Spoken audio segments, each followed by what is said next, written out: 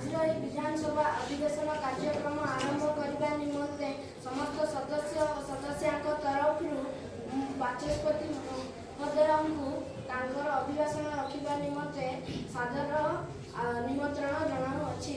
ମାନ୍ୟବର ବାଚସ୍ପତି ମହୋଦୟ।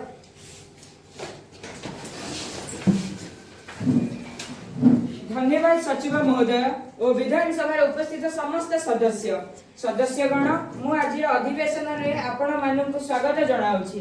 आज अधिवेशन आरंभ करने पूर्व समस्त अनुरोध सामूहिक भाव जातीय संगीत गान करने एवं शपथ पाठ करने।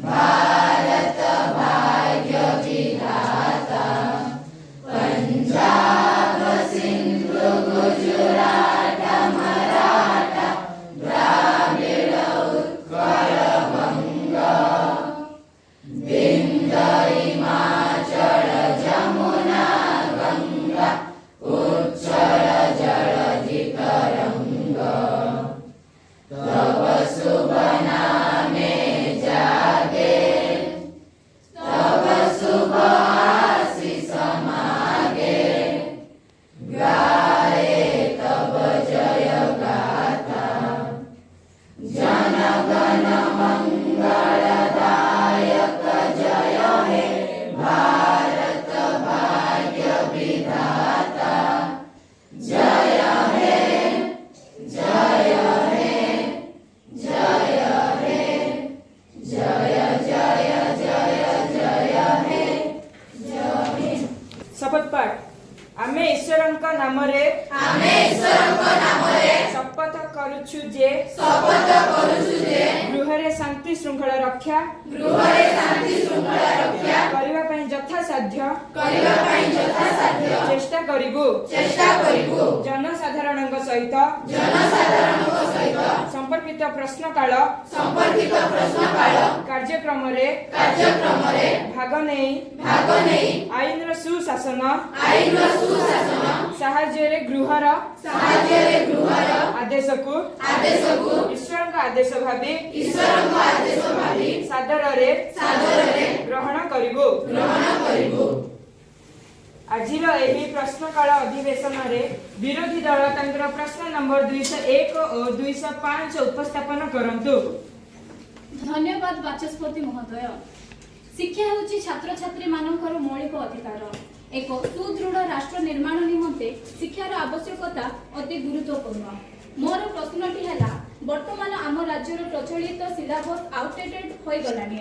आउटडेटेड सिलेबस को नहीं आम छात्र छात्री मानकर शिक्षार मान किपरि वृद्धि पाइबो एवं किपरि से माने विभिन्न कॉम्पिटिटिव एग्जाम गुडी करे सफलता लाभ करिवे। एथि निमंते आम सरकार केउ सब पदक्षेप मान ग्रहण करिसंती गृह को अवगत कराई पारिबे कि? प्रश्न नंबर 205। वर्तमान आधुनिक शिक्षा व्यवस्था रे टेक्नोलॉजी उपरे अधिक गुरुत्व देवार आवश्यकता रही। एथि निमंते आपनकर सरकार केउ सब पदक्षेप नेछंती गृह को अवगत कराई पारिबे कि? धन्यवाद विधायक महोदय। मु एबे शासक दलर विभागीय मंत्री को अनुरोध करुछि से मान्यवर विधायक उत्तर रखिबे। धन्यवाद बाचस्पति महोदय। मान्यवर विधायक महोदय, शिक्षार मानदंड वृद्धि निमंते आम सरकार बहुत तत्पर अछंती। प्रथमेतः आम सरकार छात्र छात्री मानक निमंते न्यू कैरियर करिकुलम फ्रेमवर्क प्रस्तुत करा जाउछि, जेउथिरे सरकार ऑनलाइन प्लेटफॉर्म माध्यम रे साधारण जनता को सह सीधा सड़क आलोचना करा जाउछि। द्वितीयतः छात्र छात्री मानक गुणात्मक शिक्षार विकास निमंते विभिन्न आंचलिक तथा राज्य स्तरीय सेमिनार मान आयोजन करा जाउछि।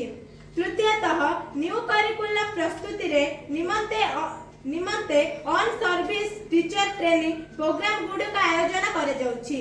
चतुर्थरे शिक्षार मान वृद्धि करबा निमंते शिक्षक और शिक्षयित्री मानक निमंते टीईटी टेस्ट करा जाउछि।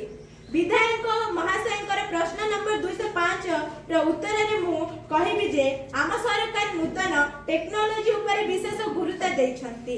जेपरि स्टार प्रोजेक्ट अंडर रे आम सरकार आमर प्रथम राज्य जे कि विद्यालय गुडी करे formal vocational training 210 skill development centre गुडी को स्थापन करा जायछि। सेहीपरि KITE प्रोजेक्ट माध्यमरे विद्यालय गुड़िकरे हाई टीच क्लासरूम निर्माण करा जायछि। कॉलेज गुड़िकरे AI लैबोरेटरी सुविधा रही। छात्र छात्री मानक सृजनशीलता विकास निमंते इंजीनियरिंग और पॉलिटेक्निक कॉलेज गुड़िकरे स्टूडेंट अफेयर एवं काउंसलिंग सेंटर गुड़िक निर्माण करा जायछि। एही सब कार्यक्रम को सुचारू रूपे परिचालन करने निमंते शिक्षक मानकर आवश्यकता अत्यंत गुरुत्वपूर्ण। एथि निमंते पब्लिक सर्विस कमिशन नियमित रूपे शिक्षक पदवी पूरण करा जाउछि। शिक्षक मानक उत्साहित करने निमंते विभिन्न प्रकार अलाउनेस वृद्धि करा जाउछि। धन्यवाद।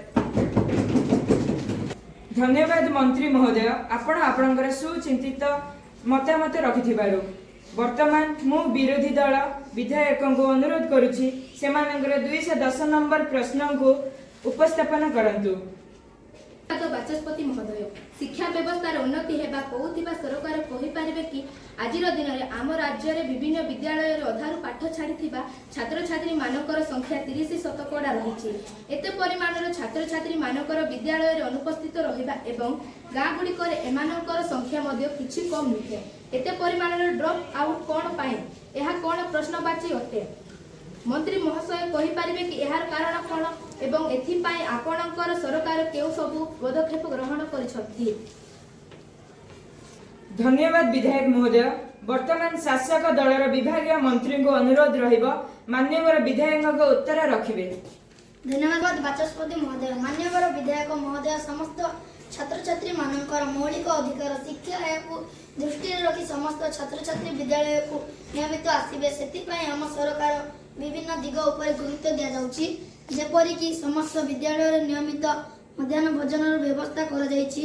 समस्त छात्र छात्री मानक निमंते फ्री टेक्स्ट बुक यूनिफॉर्म इत्यादि प्रदान करा जाउछि। दूरରୁ अर्थात 3 किलोमीटर दूरରୁ आसिथिबा छात्र छात्री मानकु यातायात खर्च सरकार बहन करिसंती। छात्र छात्री मानक निमंते मॉडल रेसिडेंशियल स्कूल स्थापन करा जायछि। प्रथम ରୁ 10ମ श्रेणी छात्र छात्री निमंते छात्रवृत्तिर व्यवस्था फ्री मेट्रिक स्कॉलरशिप रही। अनुसूचित जाति जनजाति छात्र छात्री मानक निमंते एकलव्य मॉडल रेसिडेंशियल विद्यालय स्थापन कर 10ମ एवं 12श श्रेणी छात्र छात्री निमंते स्पेशली कोचिंग व्यवस्था एवं बोर्ड एग्जाम एक मास पूर्व 16 लर्नर मानक निमंते क्रैश प्रोग्राम व्यवस्था कर। धन्यवाद।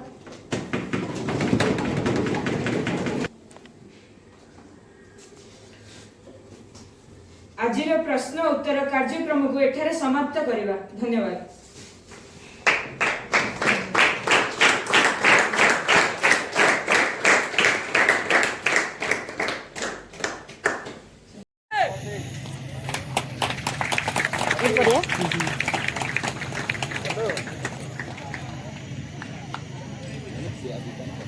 धन्यवाद सचिव महोदय।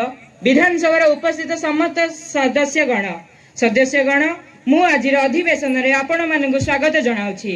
आजिर अधिवेशन आरंभ करिबा पूर्वरु समस्त को अनुरोध सामूहिक भावे जातीय संगीत गान करिबा एवं शपथ पाठ करिबा।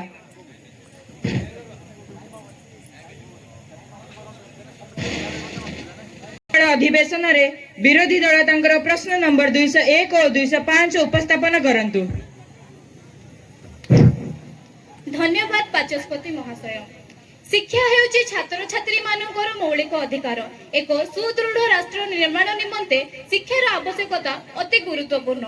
मोर प्रश्नटी हैला, वर्तमान आम राज्यर प्रचलित सिलेबस आउटडेटेड होई गलानी।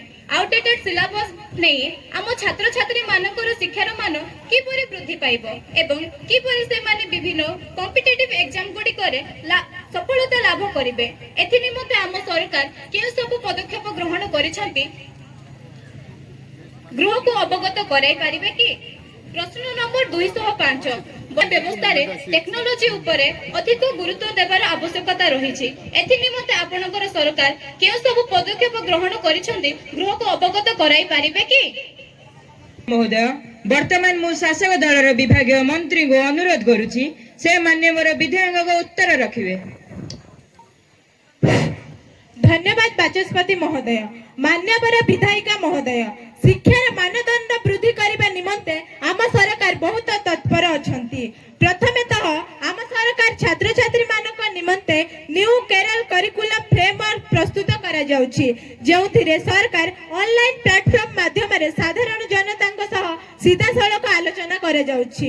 ଦ୍ୱିତୀୟତଃ ଛାତ୍ରଛାତ୍ରୀ ମାନଙ୍କର ଗୁଣାତ୍ମକ ଶିକ୍ଷାର ବିକାଶ ନିମନ୍ତେ ବିଭିନ୍ନ ଆଞ୍ଚଳିକ ତଥା ରାଜ୍ୟସ୍ତରୀୟ ସେମିନାର ମାନ ଆୟୋଜନ କରାଯାଉଛି।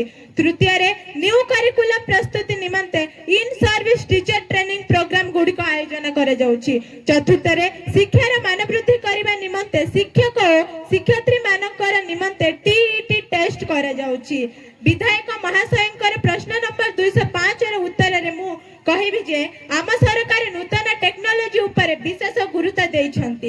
ଯେପରି ଷ୍ଟାର ପ୍ରୋଜେକ୍ଟ ଅଣ୍ଡରରେ ଆମ ସରକାର ଆମର ପ୍ରଥମ ରାଜ୍ୟ ଯିଏକି ବିଦ୍ୟାଳୟ ଗୁଡ଼ିକରେ ଫର୍ମାଲ ଭୋକେଶନାଲ ଟ୍ରେନିଂ 210ଟି ସ୍କିଲ୍ ଡେଭଲପମେଣ୍ଟ ସେଣ୍ଟର ଗୁଡ଼ିକ ସ୍ଥାପନ କରାଯାଇଛି। ସେହିପରି KIT ପ୍ରୋଜେକ୍ଟ ମାଧ୍ୟମରେ ବିଦ୍ୟାଳୟ ଗୁଡ଼ିକରେ ହାଇ ଟିଚ୍ କ୍ଲାସରୁମ ନିର୍ମାଣ କରାଯାଇଛି। କଲେଜ ଗୁଡ଼ିକରେ AI ଲାଇବ୍ରେରୀ ସୁବିଧା ରହିଛି। ଛାତ୍ରଛାତ୍ରୀ ମାନଙ୍କର ସୃଜନଶୀଳତା ବିକାଶ ନିମନ୍ତେ ଇଞ୍ଜିନିୟରିଂ ଓ ପଲିଟେକ୍ନିକ କଲେଜ ଗୁଡ଼ିକରେ ଷ୍ଟୁଡେଣ୍ଟ ଆଫେୟାର ଏବଂ କାଉନ୍ସେଲିଂ ସେଣ୍ଟର ଗୁଡ଼ିକ ନିର୍ମାଣ ଏହି ସବୁ କାର୍ଯ୍ୟକ୍ରମକୁ ସୁଚାରୁ ରୂପେ ପରିଚାଳନା କରିବା ନିମନ୍ତେ ଶିକ୍ଷକ ମାନଙ୍କର ଆବଶ୍ୟକତା ଅତ୍ୟନ୍ତ ଗୁରୁତ୍ୱପୂର୍ଣ୍ଣ।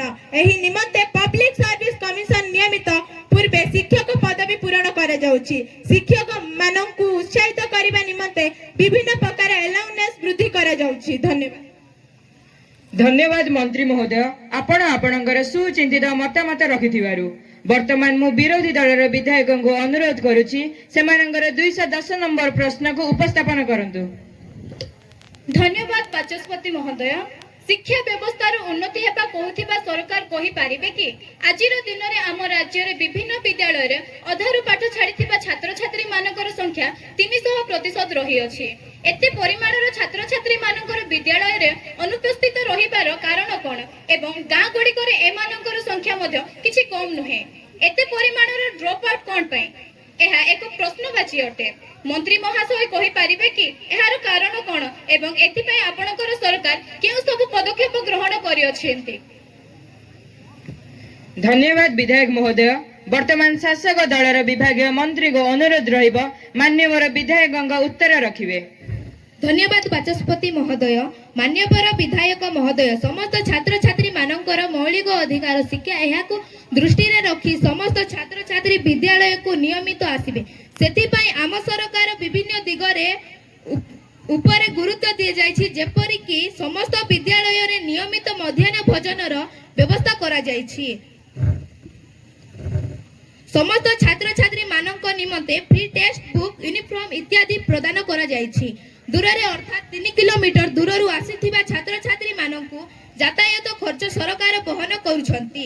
ଛାତ୍ରଛାତ୍ରୀ ମାନଙ୍କୁ ନିମନ୍ତେ ମଡେଲ ରେସିଡେନ୍ସିଆଲ ସ୍କୁଲ ସ୍ଥାପନ କରାଯାଇଛି। ପ୍ରଥମରୁ 10ମ ଶ୍ରେଣୀ ଛାତ୍ରଛାତ୍ରୀଙ୍କ ନିମନ୍ତେ ଛାତ୍ରବୃତ୍ତିର ବ୍ୟବସ୍ଥା ପ୍ରି ମେଟ୍ରିକ୍ ସ୍କଲାରସିପ୍ ରହିଛି। ଅନୁସୂଚିତ ଜାତି ଜନଜାତି ଛାତ୍ରଛାତ୍ରୀ ମାନଙ୍କ ନିମନ୍ତେ ଏକଲବ୍ୟ ମଡେଲ ରେସିଡେନ୍ସିଆଲ ବିଦ୍ୟାଳୟ ସ୍ଥାପନ କରାଯାଇଛି। 10ମ ଏବଂ ଦ୍ୱାଦଶ ଶ୍ରେଣୀର ଛାତ୍ରଛାତ୍ରୀଙ୍କ ନିମନ୍ତେ ସ୍ପେସିଆଲ କୋଚିଂର ବ୍ୟବସ୍ଥା ଏବଂ ବୋର୍ଡ ଏକ୍ଜାମର 1 ମାସ ପୂର୍ବରୁ ସ୍ଲୋ ଲର୍ଣ୍ଣିଂ ମାନଙ୍କ ନିମନ୍ତେ କ୍ରାସ୍ ପ୍ରୋଗ୍ରାମର ବ୍ୟବସ୍ଥା କରାଯାଇଛି। ଧନ୍ୟବାଦ। ଆଜିର ପ୍ରଶ୍ନ ଉତ୍ତର କାର୍ଯ୍ୟକ୍ରମକୁ ଏଠାରେ ସମାପ୍ତ କରାଯାଉ। ଧନ୍ୟବାଦ। ଭାବରେ ଗଭର୍ଣ୍ଣମେଣ୍ଟ ହାଇସ୍କୁଲ ନିଗମନିଗୁଡ଼ା କୋରାପୁଟର ପିଲାମାନେ ଏହି ପାର୍ଲାମେଣ୍ଟ ସେସନକୁ ରଖିଲେ। ଜୋରରେ ଟିକେ କରତାଳି ହଉ ପିଲାମାନେ, ସୁନ୍ଦର, ବହୁତ ସୁନ୍ଦର।